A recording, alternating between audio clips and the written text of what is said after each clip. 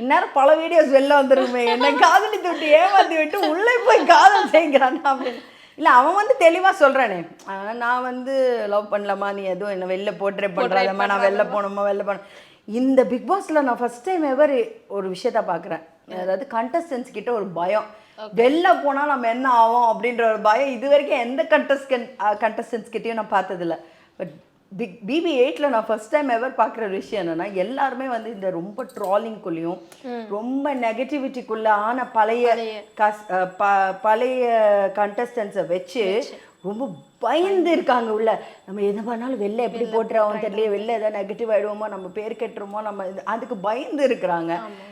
கொஞ்சம் ஓகே, நல்லது தான். சரி, இந்த தேவையில்லாத லவ் அந்த மாதிரி விஷயம்லாம் பண்ண. பட் சிலதெல்லாம் ரொம்ப நடிக்க வேண்டியிருக்காங்க. சேஃப் கேமே விளையாடிட்டு இருக்க முடியுமா தான் யாருன்னே காட்டாமல்?